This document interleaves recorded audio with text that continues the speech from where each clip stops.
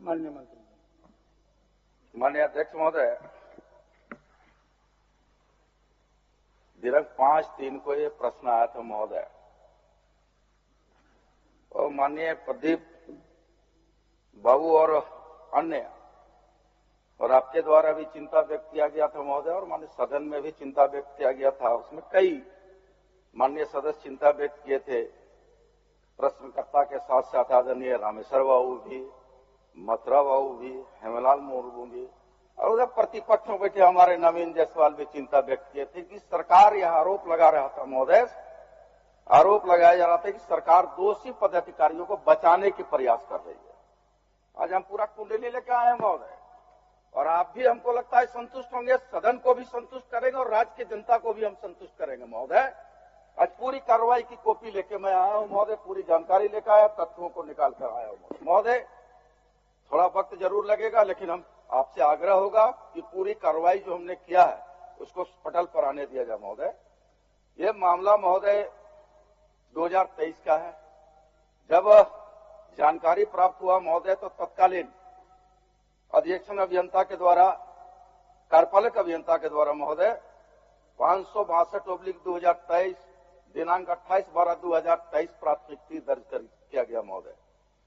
विभाग के संज्ञान में अवैध निकासी मामला के आते ही अपर सचिव सह निदेशक SBM जी की अध्यक्षता में 5 सदस्यीय टीम का गठन 3/1/2024 को किया गया महोदय।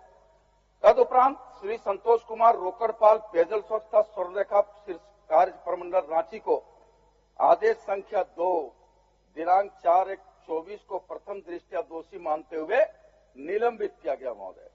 फिर उसके आगे कार्रवाई महोदय वित्त विभाग के द्वारा झारखंड सरकार द्वारा अवैध निकासी के मामले में निदेशक कोषागार एवं सांख्यिकी वित्त निदेशालय की अध्यक्षता में 7 सदस्यीय टीम अंतर विभागीय जांच समिति का गठन हुआ महोदय, जिसके आदेश संख्या 16 दिनांक 18/1/24 द्वारा किया गया महोदय।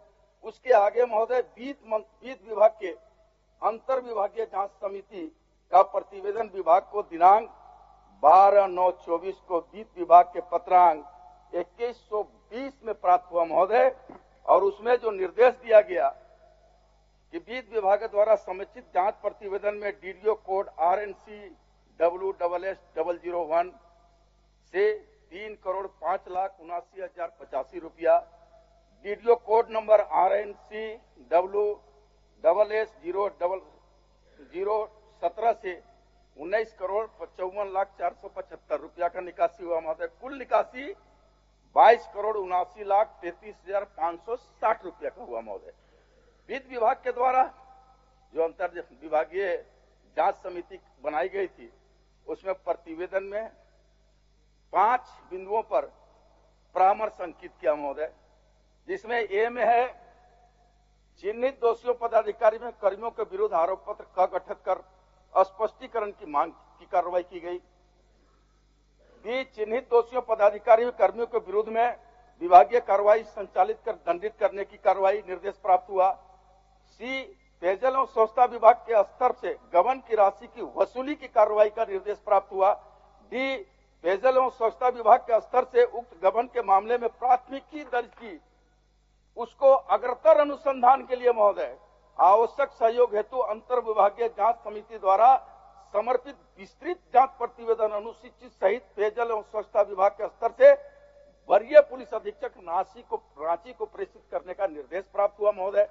फिर ई में जांच प्रतिवेदन में अंकित तथ्यों के आलोक में यदि अन्य कोई कार्रवाई अपेक्षित हो तो नियमानुसार कार्रवाई करें।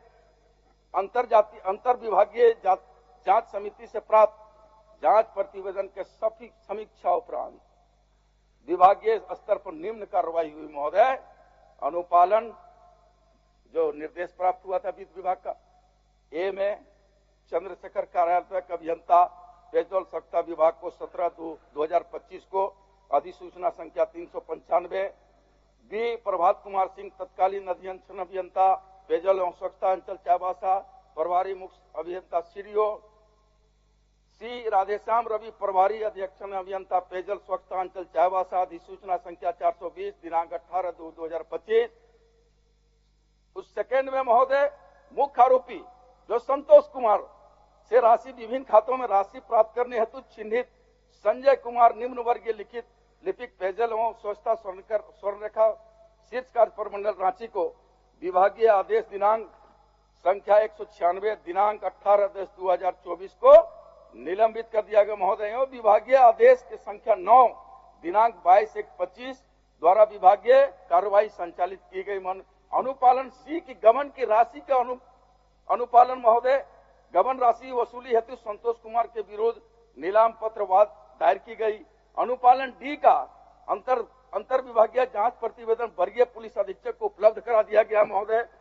सदर थाना कांड संख्या 562/23 के अनुसंधान में सहयोग एवं अग्रतर कार्रवाई हेतु बी विभाग से प्राप्त अंतरजातीय विभागीय जांच प्रतिवेदन विभागीय पत्रांक 4291 दिनांक 15/10/2024 को वर्गीय पुलिस अधीक्षक को उपलब्ध करा दिया गया महोदय।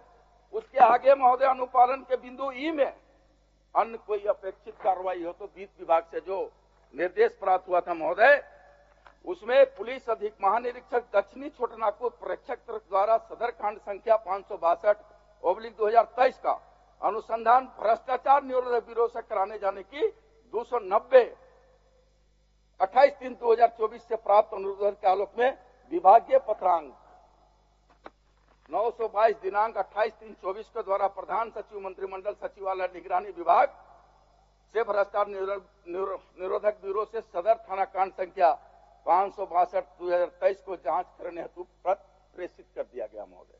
उसके आगे महोदय वित्त विभाग के अंतर विभागीय जांच समिति द्वारा प्राप्त प्रतिवेदन विभागीय पत्रांक 4292 दिनांक 15/10/24 द्वारा प्रधान सचिव मंत्रिमंडल सचिवालय एवं निगरानी विभाग को भ्रष्टाचार निरोधक ब्यूरो एसीबी उपलब्ध कराने का प्रेषित किया गया महोदय। यहाँ पर हम रुकना चाहेंगे महोदय थोड़ा, इसलिए कुछ दिन माननीय पूर्व वित्त मंत्री आदरणीय रामेश्वर बाबू कह रहे थे एसीबी क्या कार्रवाई करती है, सीआईडी क्या कार्रवाई करेगी, सीआईडी के कार्यशैली पर सवाल उठा रहे थे, एसीबी के कार्यशैली पर सवाल उठा, और उन्हीं का पत्रांक महोदय, उन्हीं के पत्रांक के आलोक में सीआईडी और एसीबी का जांच लिखे हैं महोदय, और उसका पत्रांक संख्या 2401 है महोदय।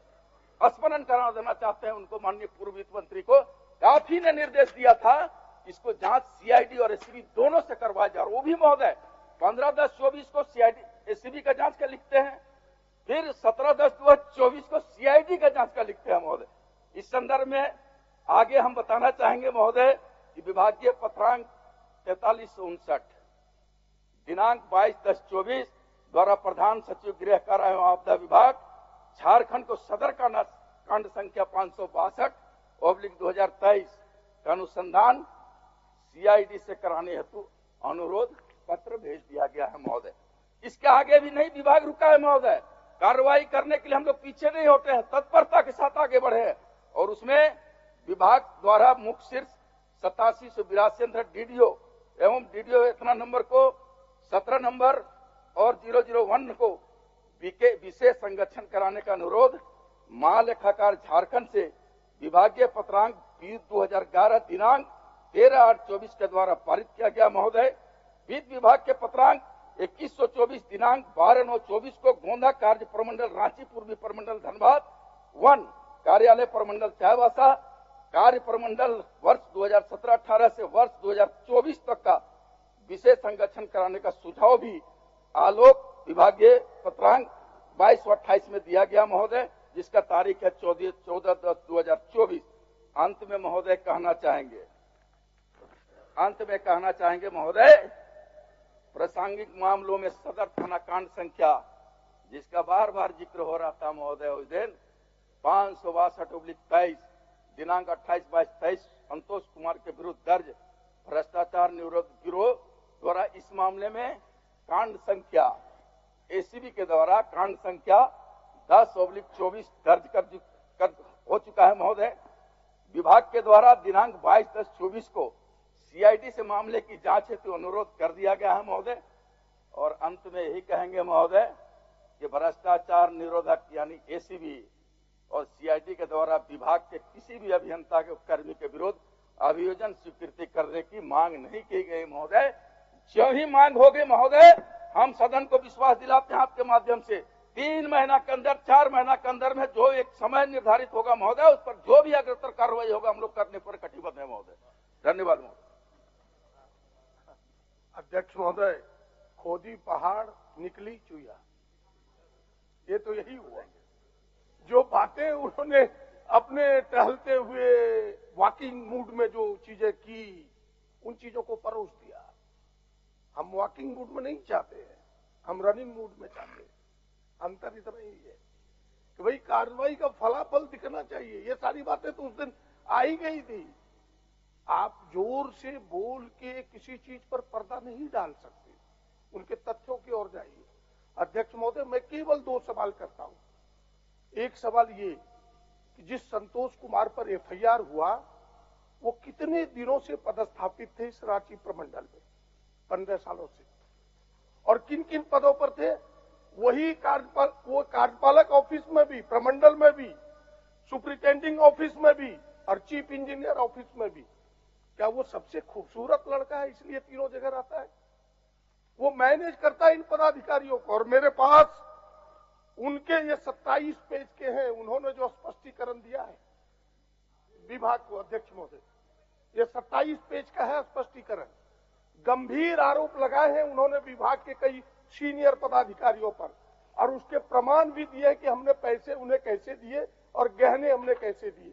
मैं सरकार से पहला प्रश्न करता हूं, क्या इसको आपने गौर किया?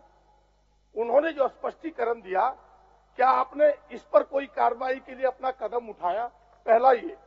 दूसरा, जो जिसका वो जिक्र कर रहे हैं अध्यक्ष महोदय कि भाई ये 7 समिति बनी, अध्यक्ष महोदय, उसके कुछ शब्दों को मैं पढ़ना चाहता हूं, कुछ वाक्यों को, ताकि सदन भी इन चीजों से अवगत हो सके। अध्यक्ष महोदय, किसी निरंजन कुमार अधीक्षक अभियंता पेयजल एवं स्वच्छता नागरिक अंचल पर कई गंभीर आरोप भी संतोष कुमार द्वारा लगाया गया।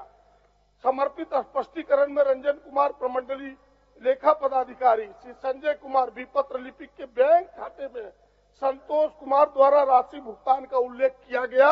इसके प्रमाण के रूप में भी संतोष कुमार द्वारा स्पष्टीकरण में अनुलग्न दिया गया। ये प्रमाण दे रहा है कि इस भ्रष्टाचार में वो भी भागीदार है, और आपने एफआईआर किया नहीं, और आप केवल हमें टहला रहे हैं, जनता को दिखा रहे हैं कि नहीं हमने इतनी कार्रवाई कर दी। मान्य सर, अध्यक्ष महोदय, केवल मैं और काफी समय इसमें जी समय है, लेकिन अगर फलाफल ना जाएगा तो हम सब भी उस घेरे में आएंगे। मेरी बात समझ लीजिए। फलाफल क्यों आगे बढ़ रहे हैं जी। आप जो शुरू में जो चीज में रखे जी, कागज में माननीय मंत्री जी को भिजवा दीजिए। हाँ, मैं भिजवा देता हूँ। और मैं इतना ही आग्रह करूंगा कि आपने एसीबी को जांच दे दिया, हमको उससे ऐतराज नहीं है। एसीबी को जांच दीजिए, सीआईडी को जांच दीजिए, लेकिन भ्रष्टाचार पर सरकार अंकुश लगाए, वरना एक ना नपा तो फिर दूसरे का भी मनोबल बढ़ेगा। इसलिए यही ब्रेक लगाइए। आप ये कहकर के संतोष मत कीजिए कि नहीं हमने विधानसभा को चुप करा दिया अपने उत्तर से। इसके लिए हम सब नहीं खड़े हैं। हम सब इसके लिए खड़े हैं कि भाई विधानसभा में फलाफल आना चाहिए, जनता में सरकार, क्योंकि सरकार के प्रति जो एक आस्था है कि नहीं भ्रष्टाचार पर अंकुश लगाएगा, वो मैसेज जाना चाहिए और वो कार्रवाई करके दिखाए। अब इससे अधिक तो हम कर नहीं सकते। हम सरकार से हाथ पकड़ के नहीं कह सकते कि आप एफआईआर करो, लेकिन जो तथ्य है वो तथ्य काफी भयानक है, काफी गंभीर है। इसीलिए सरकार पुनर्विचार करते हुए यह जो दोषी पदाधिकारी, अध्यक्ष महोदय, मैं केवल 1-2 बात कहना चाहता हूं, केवल 2 मिनट में। एक प्रमंडल में एक डीडीओ वित्त विभाग देता है, डीडीओ नंबर 1। आप बताइए, 2 संचालित थे वहां, क्या सवाल था इतने दिनों में? आखिर इसको चेक एंड बैलेंस के लिए एजी के भी अधिकारी होते हैं आपके विभाग में, चेक एंड बैलेंस के लिए अकाउंटेंट होते हैं, सारे लोग हैं। चेक एंड बैलेंस के लिए बैंक है, ट्रेजरी है, और ट्रेजरी को पता ना चले कि फर्जरी हस्ताक्षर करा के ले जाए। ये सारे लोगों की मिली भगत एक बड़ा घपला होते, बड़े चीजों को अंजाम देना है। इसीलिए मेरा आग्रह होगा कि अभी भी विभाग सचेत हो और इसे गंभीरता से लेते हुए कठोर कार्रवाई करे, ये मेरा विनम्र आग्रह होगा। पूरी कार्रवाई हम सदन को अवगत कराए। उसके बाद भी कई सवाल माननीय सदस्य के द्वारा पुनः पूरक प्रश्न में पूछा जा रहा है महोदय। पहला उनका जो आया कि भाई वर्षों से पदस्थापित थे, उनको क्यों नहीं हटाया गया। महोदय आपको जानकारी देना चाहेंगे 29/10/2024 को स्थानांतरण कई लोग जो लंबे समय से वहां पदस्थापित थे उनको हटा दिया गया महोदय। दूसरा जो उनका है महोदय, वो कह रहे हैं कि भाई एफआईआर करो। महोदय एक कांड का कितना एफआईआर होगा महोदय। अब हमने एसीबी उसको टेक ओवर कर लिया, सीआईडी टेक ओवर कर लिया, इन्वेस्टिगेशन पुलिस झारखंड पुलिस कर रही है महोदय, वरीय पुलिस अधीक्षक कर रहे हैं महोदय। उसके बाद जो भी तथ्य आएगा उस पर कार्रवाई होगी महोदय। हम तो बार बार कर रहे हैं इस विषय में, जो भी कार्रवाई आएगा, अभियोजन पर जो भी आएगा, जो भी निर्देश प्राप्त होगा उस पर तत्परता से कार्रवाई करेंगे।